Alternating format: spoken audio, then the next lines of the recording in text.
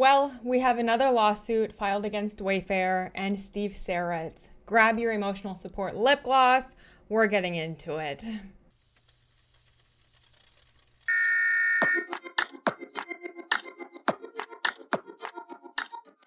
Hello and welcome back to this channel. My name is Mandy Magnan. I'm an actress, writer, producer, and director in Toronto, and we go over some Hollywood tea over her, okay? A lot of lawsuits. A lot. There's been a lot. But there's a new one filed today from an ex-employee of Wayfarer, and it is suing directly Steve Sarowitz and Wayfarer Foundation. I read it. There's some stuff in there. And it's, we'll see. Let me know what you think if you find this to be proper or opportunistic. I don't know. I'm just like, you know what, Steve? Pay this woman out and be gone with your day, okay? You can afford it. I mean, let's just wrap these up and focus on what matters here, and that's the "it ends with us" lawsuit. Because where are all these people coming out of the woodworks from? You know what I'm saying? It just seems the timing... I don't know. There's just a lot going on here. I will say that this is for retaliation, employment, things like that, discrimination. And when we get into it, there is a lot here about Muslim, the Baha'i faith, Israel, Palestine, comments. So just nowhere in the comments do anything racist or hateful or nothing like that. Okay, we're just here to talk about this lawsuit. So if you can give your opinion without being a racist, that would be great. I just wanted to give that like forewarning. So we're going to go over this. It is a 38-page complaint. There's no attachments, no exhibits to it. It's literally just the complaint itself. And then at the end, we'll just talk a little bit. And that will be it for today. So let's get into this new lawsuit filed against Wayfarer and Steve Sarowitz. Now, I definitely do have questions when I was reading this. There's like some time mistakes, like time dates and some stuff when I was reading it, like isn't right. So that makes me question it too. I do have like a little timeline going from this one initial complaint. I am very intrigued to see what the reply is going to be because again, there is nothing, right? We don't have any exhibits, no attachments. This is just from the plaintiff. The plaintiff is Celeste C. Smith. I don't know what that just was. Oh, it's a day. The plaintiff is Celeste C. Smith, and this is versus Wayfarer Foundation and Wayfarer Pathways and Steve Sarowitz individually. Plaintiff's complaint and jury demand. Now comes plaintiff Celeste C. Smith by and through her attorneys Melvin Houston and Edwards N. Jennings PC by Alice B. Jennings and timely brings this discrimination and retaliation complaint against defendants Wayfarer Foundation, Wayfarer Pathways, and Steve Sarowitz as an individual and in support of her complaint against defendants states as follows. Nature of complaint. Federal law violations against all defendants. This suit is brought by plaintiff Celeste C. Smith, a 52-year-old Muslim female African American who has been subjected to age, religion, gender, and race discrimination, including disparity of treatments and hostile work environment. Plaintiff, after engaging in protected activity, experienced retaliation by defendants, including individual Steve Sarowitz, in violation of Title VII of the Civil Rights Act of 1964 as amended and codified at 42 U.S.C. The Age Discrimination in Employment Act of 1967, that's the ADEA, Age Discrimination in Employment, and based on Age and Americans with Disability Act, the ADA. Those abbreviations come up a few times. So the ADEA is the age discrimination and the ADA is the Americans with Disability Act. State counts. Plaintiff Smith brings counts under the Illinois Human Rights Act for age, religion, gender, race, and disability discrimination. Plaintiff pleads she was retaliated against after she engaged in protected activity by advising defendants of her claims. Plaintiff Smith brings an Illinois state law claim for promissory estoppel and equitable estoppel resulting in damages after plaintiff detrimentally relied upon defendant's promises that the defendant Wayfarer Foundation would not be sunset or discontinued for 15 years, but sunset in 4 years. Now, we all know that Wayfarer closed in 2025, and I think it's a lot to do with the It Ends With Us lawsuit, Blake Lively and Ryan Reynolds, but we can revisit if there's time in this video or in the next video on this, Steve Sarowitz's deposition again, where he talks about why they closed, and I believe it's also in Jamie Heath's. But this is pretty much saying that when she was hired, they promised her a 15-year career, but they closed after 4 years. Relief requested. Plaintiff Smith seeks all available remedies, including any and all damages allowable under the Title VII ADEA, ADA, and Illinois Human Rights Act and promissory estoppel and equitable estoppel laws in Illinois. And now I had to look up estoppel and how to say estoppel because I ain't never said that word before, so you know, I'm learning here, guys. But estoppel is a legal principle preventing a party from asserting a right or fact that contradicts their previous actions, statements, or representations. If another party reasonably relied on them to their detriment, it acts as a shield to ensure fairness, stopping someone from going back on their word. So I guess they broke their word by promising that the employment was going to last 15 years, and then they closed, sadly, after 4. She goes into jurisdiction, and she lets everyone know that the amount that she's seeking exceeds $75,000. Plaintiff Celeste C. Smith is a resident of the County of Cook, City of Chicago, State of Illinois. Defendant Wayfarer Foundation was, until July 1st, 2025, a non-profit organization with its principal place of business in Cook County, Wilmette, Illinois. Defendant Wayfarer Pathway is a corporation with its principal place of business in Cook County, Highland Park, Illinois. Plaintiff Smith at all times was employed by defendants in its office located in Cook County. I blacked out the address. I know it's probably online and public, but I just don't like sharing stuff like that. You know what I'm saying?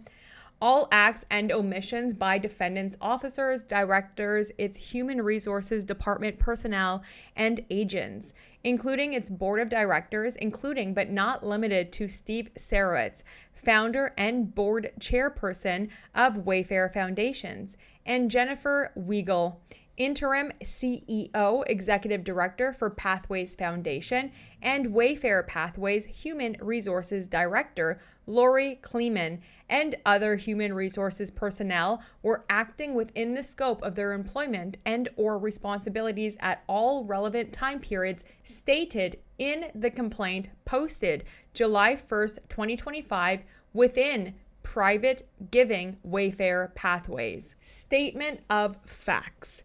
Plaintiff Smith was aggressively recruited by then executive director of the Wayfarer Foundation in 2023 to end her employment at the Pittsburgh Foundation as a senior program officer to work as an employee at the newly formed Wayfarer Foundation, a private nonprofit arm of the Wayfarer Pathways, a for-profit organization. So there's Wayfarer Pathways and then there's Wayfarer Foundation. On November 25th, 2025, Plaintiff Smith, then a terminated employee of defendants Wayfarer Foundation and Wayfarer Pathways, filed an Equal Employment Opportunity Commission with charge of violation of Title VII, violation of Age Discrimination in Employment Act, violation of Americans with Disability Act, and violation of the Illinois Human Rights Act filed concurrently with the EEOC charge. On or about November 25th, 2025,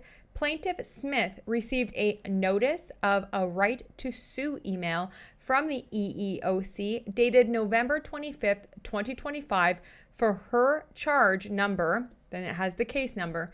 This claim is being timely filed. Plaintiff Smith is a 52-year-old African American female. Plaintiff Smith's religion is Muslim.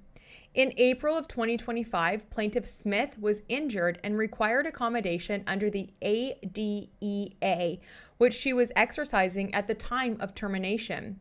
Plaintiff Smith has a Bachelor of Arts in Management from Chatham University. She also, with over 15 years of experience in nonprofit employment and board service affiliations with nonprofits.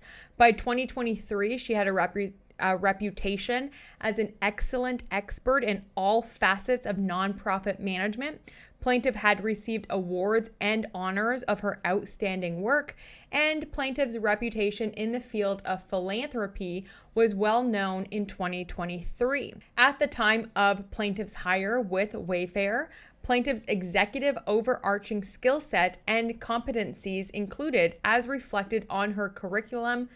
And then it says everything. I mean, it's pretty much her resume, but I did like the first line here where it says spiritually grounded philanthropic executive. So spiritually grounded, which is great. And I'm sure Wayfarer liked that. She has more than 15 years of senior leadership across all cultural institutions and movement-based organizations. She has experience in trust-based grant making, etc., etc. Her resume is kind of on the screen if you wanted to take a look at it. Good at public speaking, thought leadership, etc., etc. The Wayfarer Foundation, a private nonprofit organization, was founded by businessman Steve Sarowitz and actor Justin Baldoni, we love Justin, in 2019. It began operating in 2021. The Wayfarer Foundation was a philanthropic branch of Wayfarer Pathways for-profit umbrella parent corporation. The human resources function for defendant Wayfarer Foundation at all times during its operations were administered by Wayfarer Pathways, including plaintiff's hire in 2021, the medical leave and accommodations and termination on May 2nd of 2025. Now, I underlined the plaintiff's hire in 2021 because I had noted from the beginning that she originally said that she was hired in 2023. So here it says, including plaintiff's hire in 2021, but if we go just up to the top a little bit, in the first paragraph of statement of facts, she says that she was aggressively recruited in 2023 to end her employment. So that was in 2023. So I originally had her June 19th, 2023. She gets hired because that's what it said somewhere else. And I don't mean to like put holes in anything here, but it does say right here, plaintiff was hired on June 19th, 2023. And then in this paragraph, it says, including plaintiff's hire in 2021. So I don't know. That's why I just have a little bit of questions. You feel me? That's it. There's just a question mark. I'm not trying to say anything's not true. I'm just asking questions based on the dates given because I have a timeline and there is some things were off. That's all. So anyway, she gets hired in this paragraph in 2021, and then she goes on a medical leave and is terminated during that medical leave in May of 2025. According to its website, Wayfarer Foundation was created as a Baha'i-inspired organization with the mission to advance humankind spiritually towards a future peaceful world civilization. The organization's stated goal was to fund and support spiritually rooted and justice-oriented nonprofits. The Wayfarer Foundation actively and aggressively pursued plaintiff to work at Wayfarer Foundation, though she was senior program officer at the Pittsburgh Foundation with several years of seniority and with a high potential for advancement. In hiring discussions and negotiations with defendants, Wayfarer, plaintiff asked about the longevity of the Wayfarer Foundation's commitment to its stated purpose. Plaintiff was reassured by the then executive director, Lauren Herrick, with promise that the sunset provision for the foundation was at least 15 years from its inception in 2021. Plaintiff Smith would not have accepted employment with defendants if she had not been promised by defendants that the nonprofit would operate under a 15-year sunset term. I mean, businesses close, right? Like, you want it to last for a certain amount of time, but then when you have someone like Blake Lively suing you for $600 million, you have to like kind of take a step back and reassess things a little bit. But she was promised the 15 years, and she's saying that that promise was broken and that she would have not taken the job had she known it was only going to last a few years.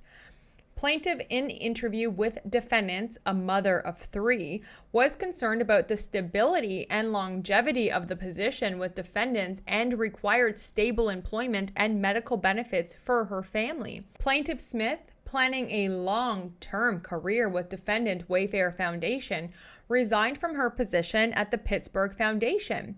Plaintiff was hired on June 19th, 2023. So it is 2023. Not the 2021 in the previous statement. We move on. June 19th, 2023, with the position of Program Officer of Arts. In December of 2023, Plaintiff Smith, because of her recognition of her excellent performance, was promoted to the position of Program Director. Less than a year later, in August of 2024, now we know August of 2024 all too well, don't we? In August of 2024, again because of her excellent performance, Plaintiff was promoted to Senior Program Director. That sounds awesome. That sounds like there's nothing against her at all. I mean, she's getting all of these advancements, these promotions. That sounds great. In the position of Senior Program Director, Plaintiff Smith became a member of Defendant Wayfarer's Foundation's executive team. As defendant's Senior Program Director, 9 employees reported directly to Plaintiff Smith. Plaintiff's duties were both public-facing and internal to the foundation. Plaintiff states her duties in the position were, and then it goes to, she's dealing with $34 million in grant-making portfolios, built strategy, staffing structures, supervisor.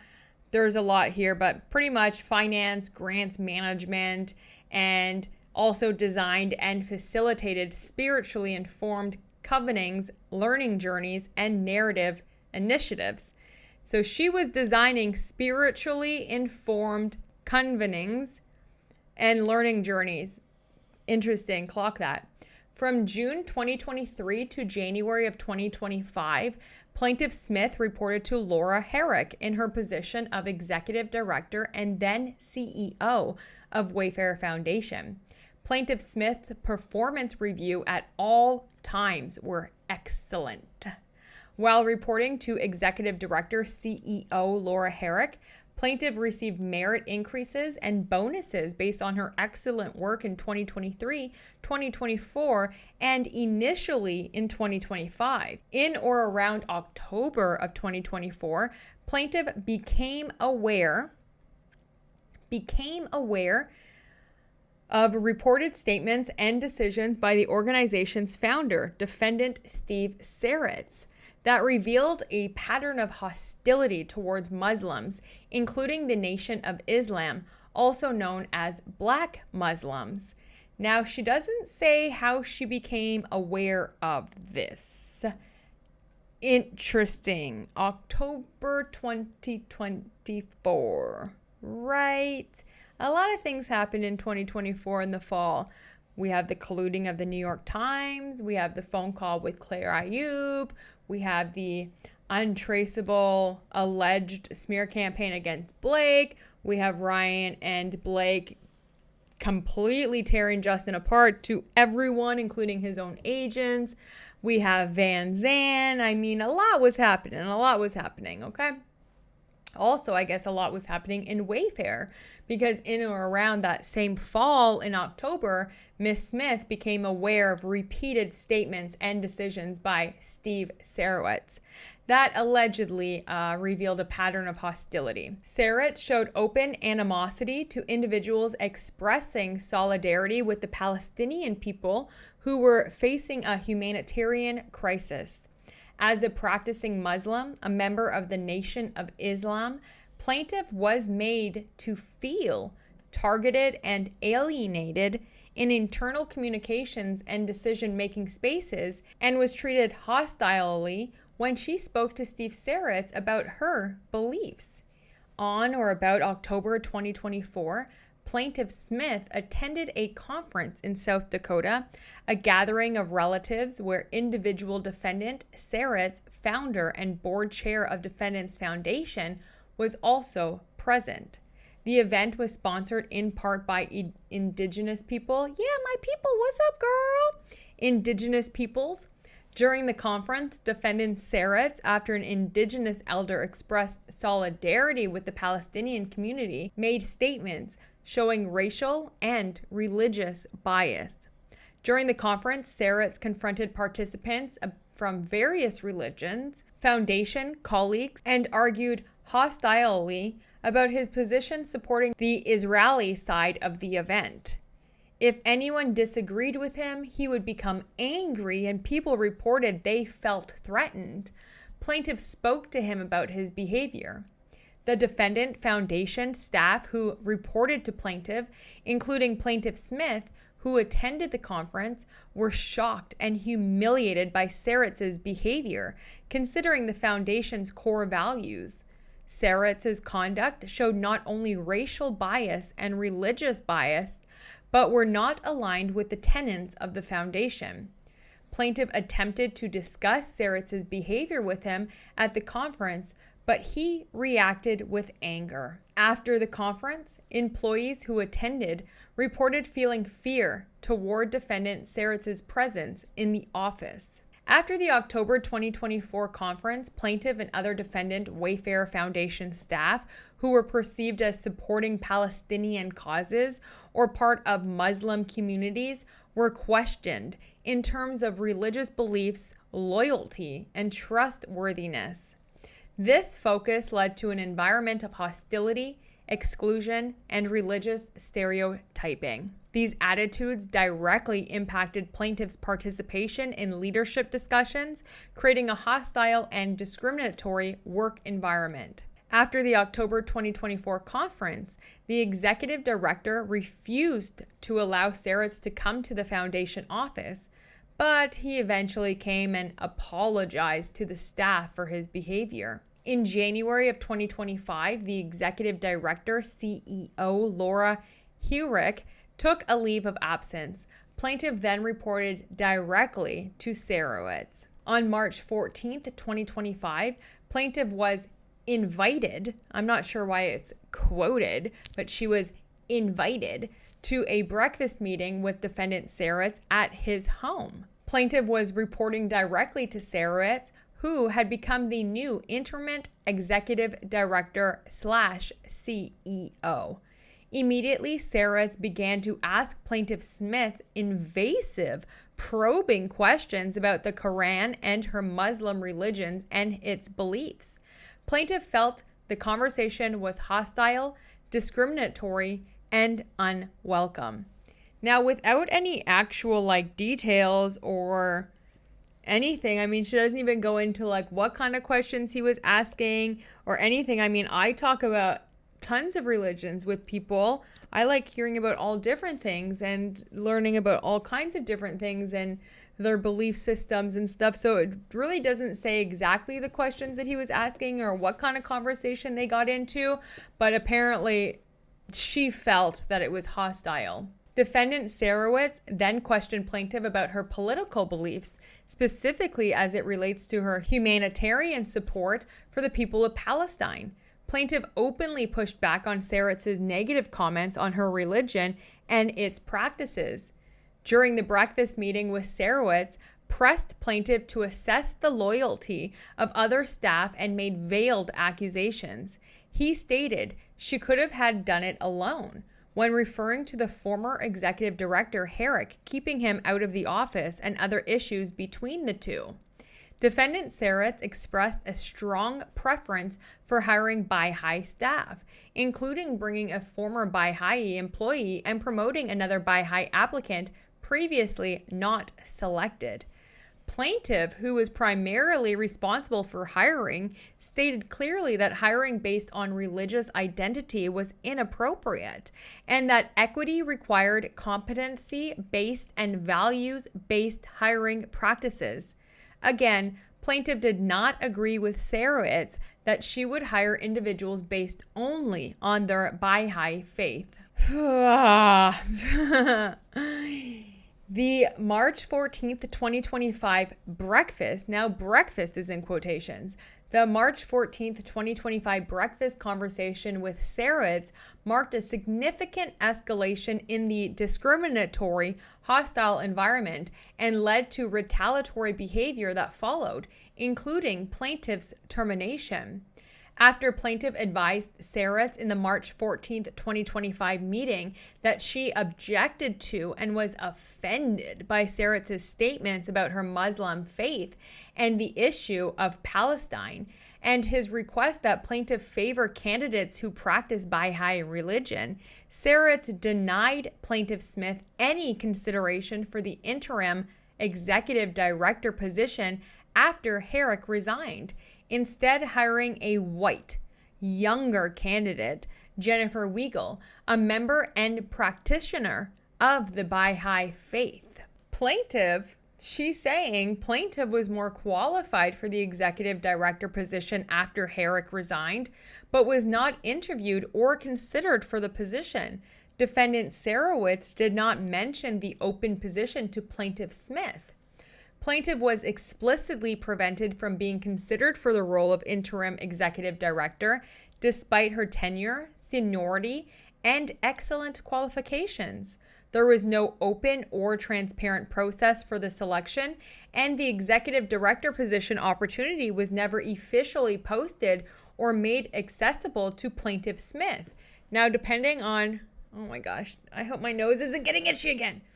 Now, depending on their handbook and the rules and conduct, and if they're unionized, or I don't probably think that they're not, but things like that, that could be an issue. Because I know when I worked in luxury hotels, they had to post the job opening to internally before they hire it externally. So I don't know. That is a great, it really depends on their business affairs and their handbooks and stuff, whether she should have been, at least offered or told about the position. I don't know. In March of 2025, at defendant Sarowitz's instructions, Wayfarer Foundation staff were pressured to participate in religious programming. During this time, staff were encouraged to take part in Ruhi courses, which are educational programs rooted in Baha'i teachings. While framed as professional development, these programs carried an explicit religious bias and were presented without consideration for religious diversity or inclusion. Regardless of religious belief, employees were required to attend. And remember when I said clock what her job duties were? Her job duties, one of them was designing and facilitating spiritually informed convenings, learning journeys, and narrative initiatives. That to me sounds like exactly what she's saying in that paragraph, that this was a spiritually informed meeting. But I don't know, but I just kind of clock that. From the time of CEO Herrick's leave of absence in January of 2025 to late March 2025, no person other than defendant Steve Sarowitz was in the position of executive director or CEO. The interim executive director, Weigel, started her position in late March. Plaintiff knows she was treated in a disparate manner by defendant Sarowitz, where she was the best qualified for the executive director / CEO position, but a younger, white, non-Muslim of the Baha'i faith, Jennifer Weigel, with little or no experience or skill to direct the Wayfarer Foundation, including the department's grant funding and public-facing community outreach, which plaintiff was senior director over. From March to the first few weeks of April 2025, plaintiff was retaliated against by being excluded from strategy meetings and removed from decision-making spaces that she had previously led. Plaintiff was aware she was being undermined in terms of visibility and leadership circles in the defendant foundation. On March 31st, 2025, plaintiff suffered an injury in a fall while at home. Because of the fall, plaintiff was unable to work at all until April 11th, 2025. After April 11th, 2025, plaintiff, through her physician, sought and received accommodation under the ADEA to work part-time 4 hours a day. The restriction was granted by defendant Wayfarer Pathways Human Resources Department by Lori Kleeman. During plaintiff's time on restricted duty, Interim Executive Director Weigel attempted repeatedly to have plaintiff work beyond her work restriction so that she could obtain quick wins for Steve and obtain the executive director position permanently. I just think that's kind of a strange thing to say. Quick wins for Steve. Plaintiff, in her discussion with Weigel, reminded her of defendant Wayfarer Foundation's stated values: unity and diversity, justice, spiritually, continuous learning, and that her behavior contradicted these principles. So there's a CEO that gets hired. You clearly don't like her. You think, she's too white, she's too this, she's too young, she's not qualified. And then she's asking you for things to do for the job. And then you remind her of the stated values of the company and y'all think you're going to get along. Probably not. Probably not, I would say. This exchange was another form of retaliation during protected medical leave. Weigel responded to plaintiff with, "Steve needs quick wins." The behavior of the interim executive director Weigel, and under the instruction of defendant Sarowitz, became so severe and hostile, plaintiff reached out and filed a discrimination complaint against executive director Weigel because of her harassing treatment during the time she was recuperating from a serious and painful rib contusion and bruise. Plaintiff, home after a possible fractured rib, was asked, "Which rib?" by interim executive director Weigel. Yo, I'm going to tell you straight up. If someone texts me, "I broke my rib, girl, I'm not doing okay, I broke my rib," I'll be like, "Damn, what rib? How many ribs do we have? How many did you break? How you doing?" It's like, I don't think that that's hostile to ask which rib, but they clearly didn't get along. I mean, just from the way that she's wording it, that she was younger, white, by high faith, she didn't have experience, it's like the corporate world, even in nonprofits, I mean, it's kind of cutthroat, right?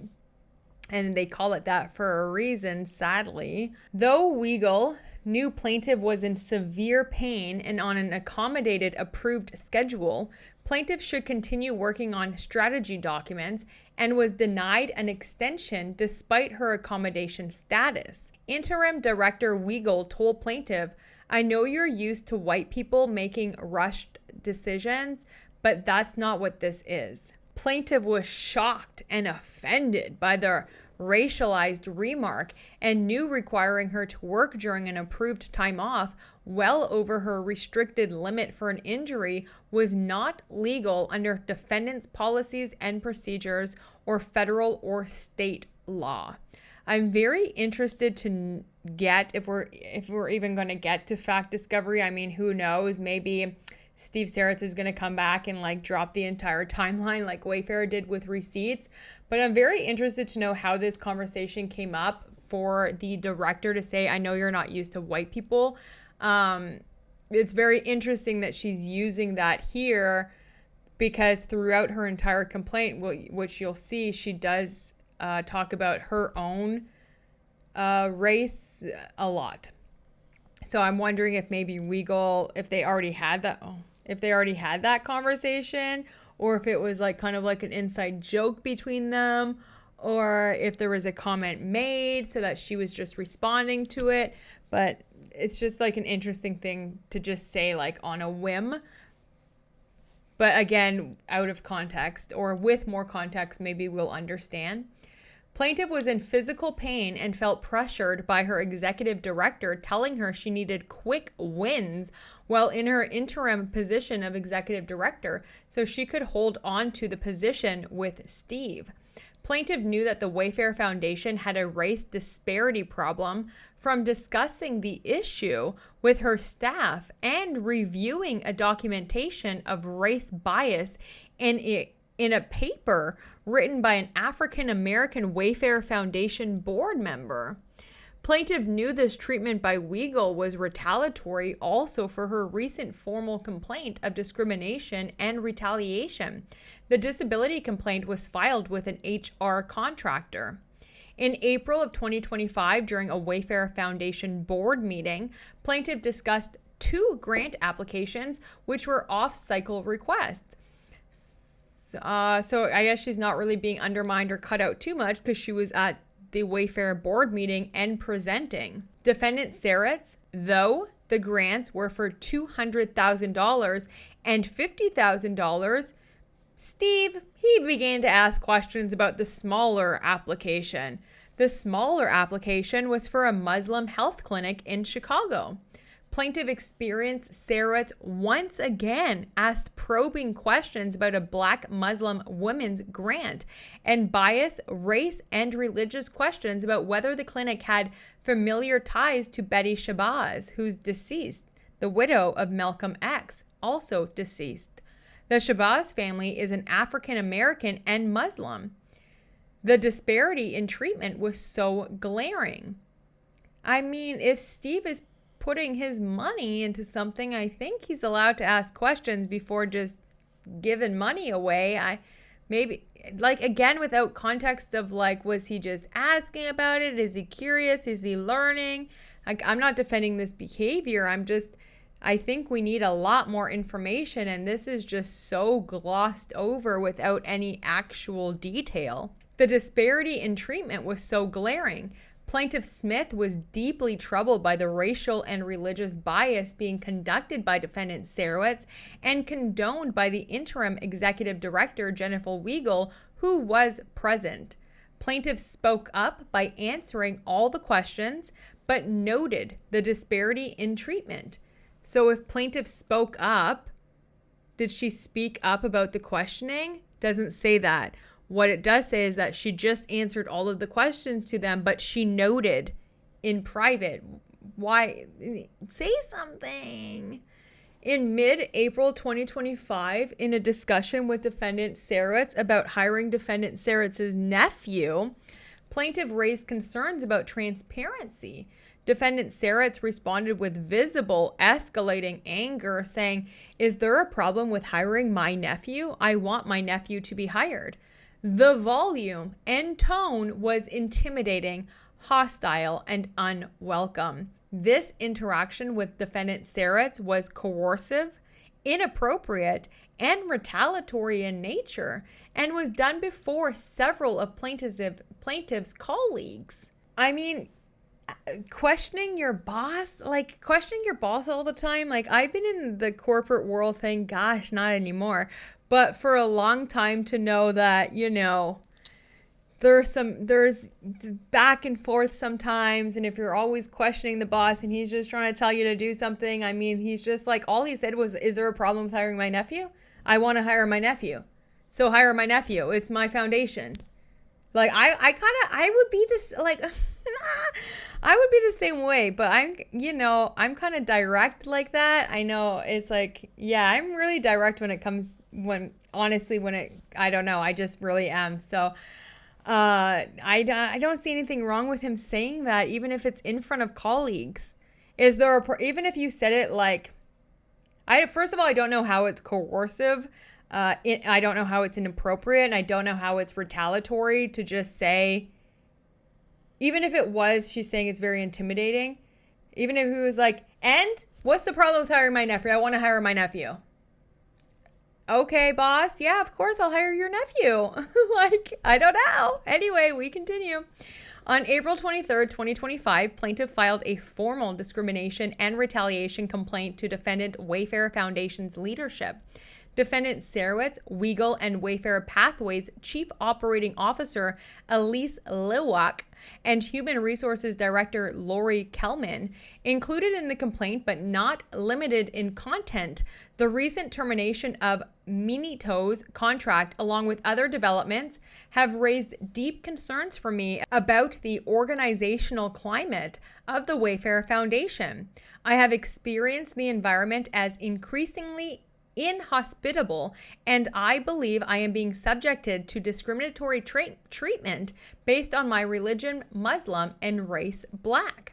After plaintiff and other employees formally complained to defendant's human resources contractor, the contract with the HR consultant was abruptly terminated before an internal impartial discrimination review could occur, and plaintiff's discrimination and retaliation complaint. Within 10 days of plaintiff making her formal complaint in April of 2025, and while other complaints were pending, the defendants shut down defendant Wayfarer Foundation. They shut down. Sorry, babes. Everyone was kind of shocked too. On May 2nd, 2025, and less than 4 years into its sunset promise, during the pendency of plaintiff's unresolved complaint of discrimination, defendant Sarowitz issued the following statement. Over the past 4 years, Wayfarer Foundation has supported dozens of grantee partners in fulfilling their missions.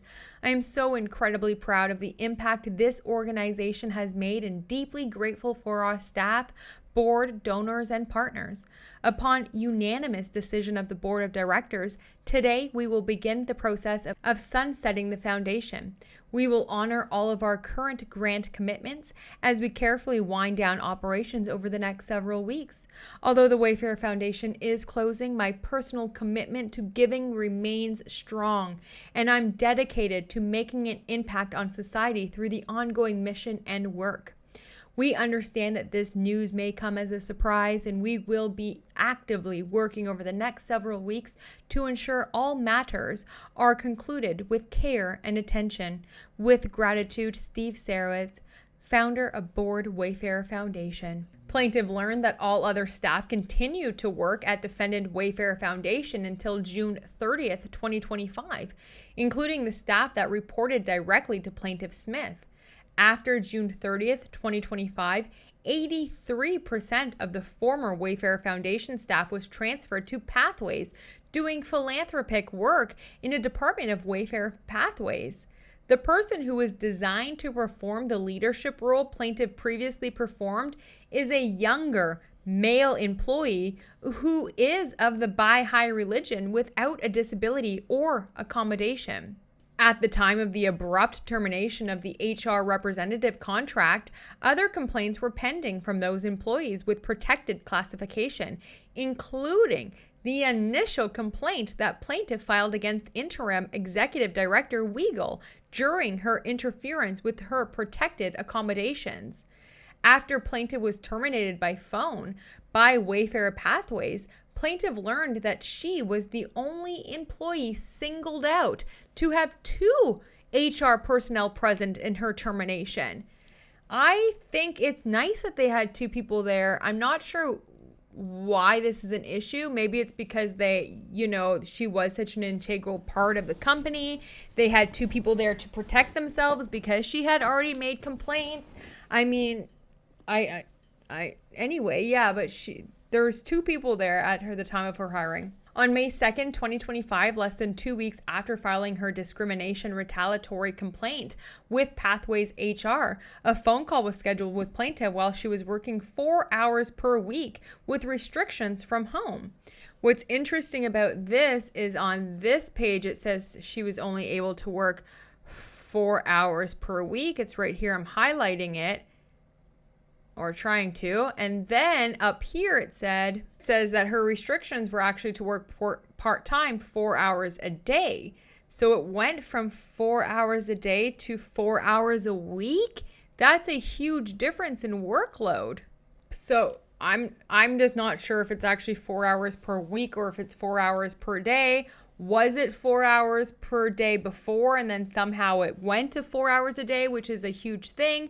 I don't know, but these little things make me just question, it just makes me want more, and it makes me want to read the reply, because little errors like that on like dates and years and time, I mean, which is it, babes, you know? The retained and transitioned employees of Wayfarer Foundation continued the work previously performed by Defendant Wayfarer Foundation at Defendant Wayfarer Pathways in a department created called Private Giving. The retained employees were predominantly Baha'i faith. Plaintiff was terminated in a telephone call on May 2nd, 2025, while she was working in an accommodated position from home with an injury. Defendant Wayfarer Pathways Chief Operating Officer Elise Litwack and Robert Henderson, a Baha'i, stated the Wayfarer Foundation was sunsetting and closing at the end of June 2025. Plaintiff Smith was retaliated against by being terminated on May 2nd, 2024. That, again, is a mistake. I think it's supposed to be May 2nd, 2025. Big mistake. This is a difference. I mean, it was 2025, girl. The timeline. They closed in 2025. You just said at the top you had to call May 2nd, 2025. Now it's 2024. That's not a good typo. Plaintiff Smith was retaliated against by being terminated on May 2nd, 2025, prior to the completion of Defendant Wayfarer's 15-year sunset provision. Plaintiff Smith was asked to sign a severance agreement. So she got paid. Okay, she got paid, resolving completely any rights she had based on all federal and state civil rights law. For a 2-month period of wages, Plaintiff Smith filed an equal employment opportunity charge. So she got 2 months of pay when they closed. Plaintiff detrimentally relied upon defendants' promises that the employment with Wayfarer Foundation and Wayfarer Pathways was stable and had over 12 years at least of function prior to its sunsetting. Terminating plaintiff in violation of the ADA were intentional and willful, in deliberate disregard and with reckless indifference to the rights of Plaintiff Smith. As a direct and proximate result of defendant's violation of Plaintiff Smith's right under the Title VII, ADEA, and ADA as stated, plaintiff's terms, conditions, and privileges of employment were adversely affected, as were her rights under Illinois state law, Human Rights Act. Defendants broke their promises to plaintiff where she planned and expected a long, productive tenure with the defendants, but such promises which plaintiff relied on were broken to plaintiff's detriment. As a direct and proximate result of defendants' wrongful acts and omissions, plaintiff has sustained injuries and damages including, but not limited to, loss of earnings and earnings capacity, loss of career opportunities, loss of medical insurance and other fringe and pension benefits, mental anguish, physical and emotional distress, humiliation and embarrassment, loss of professional reputation, and loss of the ordinary pleasures of everyday life, including the right to pursue the gainful employment in the field of nonprofit management. Then it goes into the counts. So count 1, she is saying, is violation of Title VII, the Civil Rights Act of 1964, based on sex, race, and religion. And she just says everything she said in the paragraph is true, and that defendants Wayfarer Foundation, Wayfarer Pathways, and Steve Sarowitz individually have subjected Plaintiff Smith to sex, race, and religious discrimination. I don't know if there's any arguments to sex, other than that one young guy who was a guy, but the position that she didn't go for was hired by another woman, so I'm not sure if sex will fall into this, but she's saying sex, race, and religion. She's saying, and it's because of recruiting. She's saying it's because she was aggressively recruited. She was promised 15 years. She was denied the same opportunities as compared to her white non-Muslim co-worker. Plaintiff was treated disparately with hostility and anger. She wasn't allowed to perform her duties without bias based on race or religion, removing plaintiff from leadership decisions after plaintiff did not agree with Steve Sarowitz, having plaintiff evaluate grants and fund giving using race and religion as a criteria. That's interesting because I think if they are going towards like supporting their religion, then it would align properly with them to have foundations give grants to those foundations that align with them. But anyway, there was a whole bunch of stuff here. She was embarrassed, I guess, and humiliated for being terminated so abruptly. There was a hostile and offensive, unwelcome remarks about her religion. There's a bunch of stuff in here. As a direct and proximate result of said disparate treatment acts and omissions under Title VII Civil Rights Act of 1965, as amended by defendants, agents, and employees, plaintiff has suffered and will continue to suffer lost wages and pension benefits, loss of earning capacity, loss of reputation. And then it says the exact same thing. I have questions about like pain and suffering, nervousness, embarrassment, and humiliation. She's requiring treatment for all past, present, and future. That's interesting. For count 2 is the count 7 of retaliation and retaliatory harassment based on protected activity against all defendants. She again says plaintiff Celeste Smith, an African-American female Muslim, engaged in protected activity in 2024 and 2025 and has sought as a member of the executive board of defendant Wayfarer Foundation to carry out defendants' rules and regulations and state and federal laws. In April of 2025, plaintiff engaged in protected activity by filing complaints of race and religious discrimination with defendants HR, and after the HR contractor representative was abruptly terminated with defendant Wayfarer Pathways, HR director, and its executives. As a direct consequence of plaintiff's protected activity by asserting her rights for others and herself, defendants individually and or personally have been subjected plaintiff Smith to retaliation and retaliatory harassment, creating a hostile, retaliatory environment and creating adverse changes in the terms and conditions of her employment, included but not limited to, and then there's a list as well of that, talking to plaintiff about her religion and expressing disdain for her Muslim faith, not trusting plaintiff even though her performance reviews were consistently excellent, refusing to consider plaintiff for the executive director position, but instead hiring a less qualified non-African American white by high person with no experience, eliminating plaintiff from attendance at leadership meetings, talking to plaintiff in a hostile and angry tone, requiring plaintiff to evaluate grant applications, etc., etc. Terminating her overnight, things like that. And then again, she has suffered extreme mental and emotional distress, pain and suffering, embarrassment, humiliation, and, loss of dignity and enjoyment of life, which that is extreme. Then the next count is count 3, a violation of the Age Discrimination in Employment Act. The person who defendant Sarowitz selected for the interim executive director position at defendant Wayfarer Foundation was more than 8 years younger than plaintiff. Plaintiff was not interviewed or considered for the open position, though she was substantially more qualified than Jennifer Weigel. After plaintiff was terminated in 2025, a younger employee, at least 8 years younger than plaintiff Smith, was selected at defendant Wayfarer Pathways to lead private giving staff that plaintiff directed as senior program director. Age was one of the factors in defendant's decision-making, as younger people were both selected into positions plaintiff was denied though she was more qualified. Plaintiff Smith has not been contacted to continue her career at defendant Wayfarer Pathways since her May 2nd, 2025 abrupt termination. And again, she states the exact same causes, including loss of ordinary pleasures of everyday life, including the right to pursue gainful employment of her choice. The next count is violation of the Americans with Disability Act, the ADA. On March 31st, 2025, plaintiff suffered from a traumatic, painful injury which substantially limits the major life activity of moving and working. That really sucks when you hurt yourself and you have to work. Oh my gosh.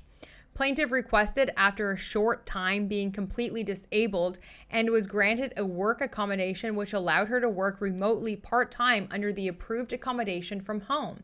In April of 2025, plaintiff was constantly harassed by defendant's interim executive director, Weigel, work above and beyond the granted approved documentation.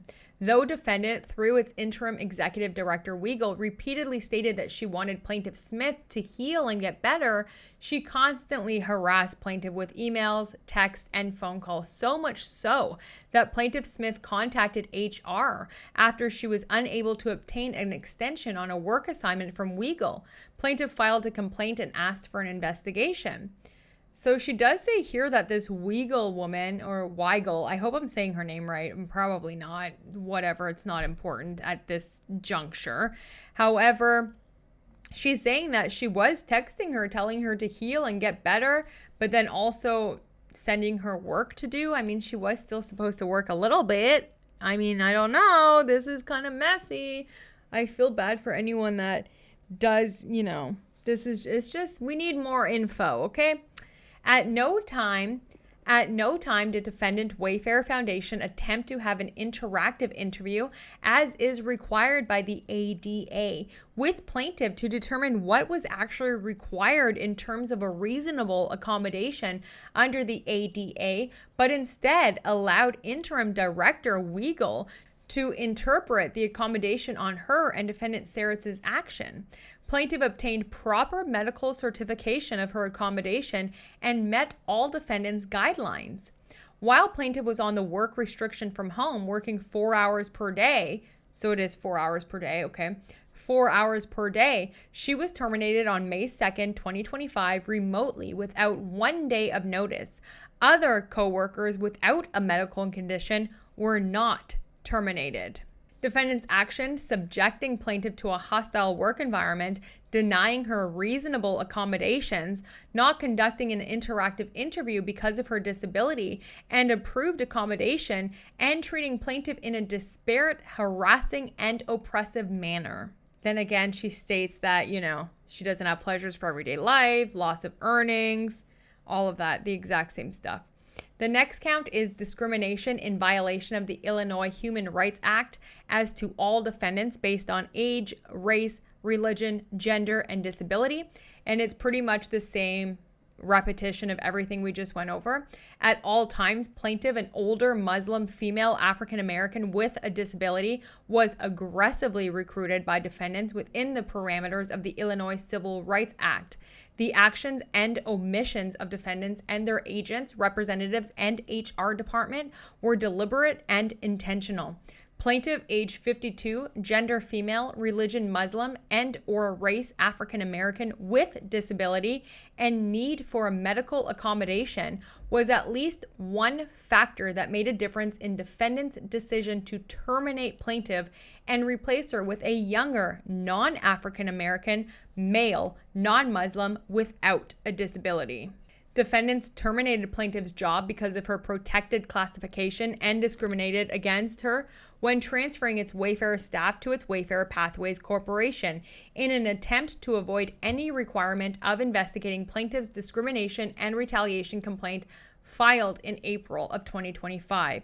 Defendants transferred predominantly by high employees but did not do so for plaintiff, showing the pretext of its actions. Plaintiff at all times worked at an excellent level, performing the work of her senior project manager position. Defendants terminated plaintiff because of her status within protected classifications of gender, race, age, religion, and disability. The next count is retaliation under Illinois Human Rights Act. It pretty much says all of the same things. And then it says, as a direct consequence of plaintiff's protected activity by asserting her rights for others and herself, defendants individually and or personally have subjected plaintiff Smith to retaliation and retaliatory harassment, creating a hostile retaliatory environment and materially adverse changes in the terms and conditions of her employment, including but not limited to talking to plaintiff about her religion and expressing disdain for her Muslim faith, not trusting her, refusing to consider her for the promotion, and pretty much the exact same complaints that she had earlier. The next count 7, promissory estoppel and equitable estoppel, resulting in detriment, reliance as to all defendants under Illinois law. Pretty much says all the same things. And then it says defendants through their agents and representatives in June of 2023 hired the plaintiff to the Wayfarer Foundation and knew that plaintiff was relying on its promise. Defendants affirmed to plaintiff that the promises made to her were actual, as shown by her promotions and increase in pay, bonuses, and other terms and conditions of employment. Plaintiff was not told by any of the defendants, including individual defendant Sarowitz, that discrimination and retaliation, including disparate treatment and hostile work environment, were present in defendant's foundation and Pathways Corporation. That's not really something you tell people when you're hiring them. You know what I mean? They probably try to keep that under wraps. Like, hey, we really want to hire you, but just to let you know, we're a little hostile. Like, no, they're not going to tell you that. Defendants closed down the Wayfarer Foundation after it operated for less than 5 years to plaintiff's detriment, where plaintiff relied on the promise of 15 years prior to sunset to terminate her previous employment. As a direct and proximate result of plaintiff's reliance on defendant's promises, plaintiff suffered damages which consist of past and future loss of income, bonuses, benefits, all of which are required to support her family and herself. And that's it. There you have it. It's in there, okay? That's the lawsuit. We'll see what the responses are, if we actually get any exhibits, attachments, evidence. What I've noticed, honestly, since the It Ends With Us all started, is there's always more information. There's always more sides to a story, because if we all just believed what was written in the New York Times and in Blake Lively's complaint, where would we be, right? There's always more information. So I'm going to wait on more information and the reply. If it's true, that really sucks. And if it's not, it's kind of weird timing and interesting to keep bringing up the by high faith. And also, Blake and Ryan both tried to use that call with Claire Ayub where he said, I will defend like Israel defended against Palestine or Hamas. And they used that a lot. And it just seems like it's kind of like full circle moment of them trying to put that in the press over and over and attack their faith, calling it a cult and all of this stuff. So I'm not going to say much on that. I just wanted to give y'all the info. So now you have it. And yeah, that's about it. Tonight, Traitors finale. Let's see if Rob is the best traitor out there. I'm actually really nervous for Maura's reaction when she finds out that Rob is a traitor. She'll probably be like, Rob, you a traitor. I mean, that's probably the worst Maura expression, but oh my God, I love her. Bless her sweet little heart. That's going to be awesome. I'm watching a new show on Prime called 56 Days. Have you guys watched it? I was pretty sad because in the last week, everything I was watching kind of ended. Tell Me Lies, season over. I didn't know it was a season finale. I thought it was the, series finale. I thought it was the season finale. That show's a wrapped. And what a last episode. That ended. I was watching Real House of Potomac. That ended. I was watching The Seven Knights Kingdom, the new HBO show. That ended. I know those are all completely 3 different things. I mean, I go from, I get all my entertainment all different ways, right? So I get my trash TV by Potomac, Real Housewives of Potomac. It's the only housewife show I watch or have ever watched. And then I get like my little nerdy, dragon loving kind of like, warrior stuff on the HBO, The Seven Knights Kingdom. I don't know why I can't say that show right. And then Tell Me Lies was my drama. And then I love The Traitors. I love The Traitors. I hope I could be on the Traders Canada one day. And everything's wrapping up. But then I found this new show called 56 Days on Prime. I'm like only 4 episodes in. It's incredible. It's incredible. So if you're looking for something to watch 56 Days. It kind of reminds me of a little bit of a mix of like His and Hers. It's real good. It's real good, okay? Also, The Bride of Charlie. Is anyone watching? I mean, people are watching because I think Candace's first episode series of Erica Kirk is at like 4 million views or something. So people are interested. I just watched the first episode today. If you guys have been following me for a while, you'll know I was real upset with Charlie, what happened to him so publicly. And I have a lot of questions in my notes. Like I have tons of notes and questions. I just never, I was just letting Candace and all of these other creators kind of make it like their thing. I didn't want it to make it my thing, but I have a lot of questions that were never answered. And maybe I'll just go over that with you guys one time. Just like what never clocked for me. And I was trying to figure it out, but I was, it just didn't click. There was a lot of things not clicking. I was clicking and clocking, But yeah, she's wild. If anything ever happens to me, get Candace on the case. You know what I mean? Get that woman because she will figure it out. But yeah, that's it pretty much. That's everything for me. I hope you guys are having the most amazing day. Let me know what you think about this new lawsuit. It seems like lawsuit after lawsuit.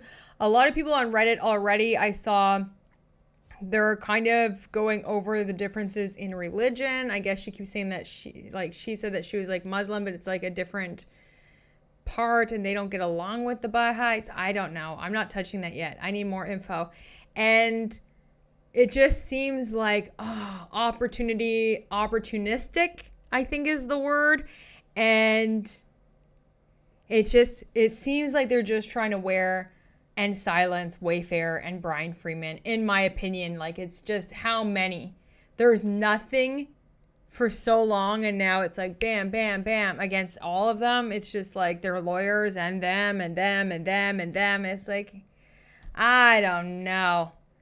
But can't really get bored when you have Hollywood lawsuits.